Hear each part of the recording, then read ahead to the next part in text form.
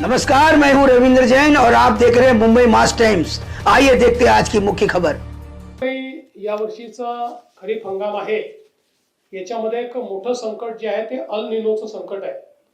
आज हवामान खात्याने जी काही त्या ठिकाणी मांडणी केली आहे, त्याच्यामध्ये जे काही लॉंग टर्म ॲव्हरेज आहे पावसाचं ते 88% असेल असा अंदाज त्यांनी वर्तवला आहे।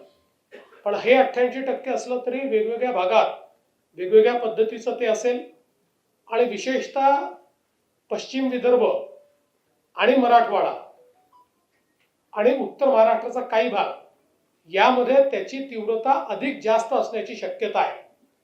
त्या दृष्टीनं आजच्या खरीप हंगामाच्या बैठकीमध्ये आपल्याला हवामानाच्या अंदाजाच्या अनुसार प्लॅनिंग कसं करता येईल हा प्रयत्न आपण केलाय। विशेषतः साधारणपणे उतरत्या क्रमाने पाऊस असण्याची शक्यता जास्त आहे। जून मध्ये येईल त्यापेक्षा कमी, जुलै मध्ये त्यापेक्षा कमी, ऑगस्ट मध्ये आणि त्यापेक्षा कमी सप्टेंबर मध्ये असा हा प्राथमिक अंदाज आहे। त्यामुळे पावसाच्या 2 दिवसांमध्येही एक मोठं अंतर येण्याची शक्यता आहे, ज्याचा स्ट्रेस हा पिकांवर त्या ठिकाणी पडतो आणि म्हणूनच जलयुक्त शिवारची कामं ही वेगानं करण्याचे आदेश आम्ही दिलेले आहेत की ज्यातनं पडलेला पाऊस जर आपण थांबवू शकलो तर किमान प्रोटेक्टिव्ह इरिगेशनमुळे हे जे काही पावसाचे 2 दिवस मधल्या जो स्ट्रेस होतो, म्हणजे एकदा पाऊस पडला आणि 25 दिवस आला नाही, 24 दिवस आला नाही, तर जो काही एक ताण तयार होतो, जो स्ट्रेस तयार होतो, त्यामध्ये प्रोटेक्टिव्ह इरिगेशन करता आलं पाहिजे।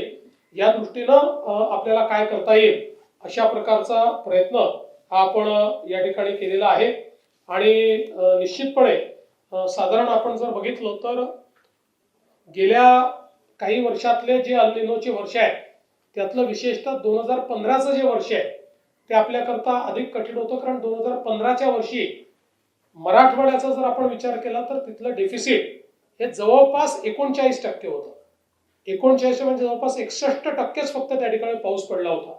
आणि म्हणून अशा पद्धतीची परिस्थिती आली तर आपल्याला काय करावं लागेल याचंही प्लॅनिंग आता प्रत्येक जिल्ह्याला आपण अल निनोच्या संदर्भातलं प्लॅनिंग हे करायला दिलेलं आहे।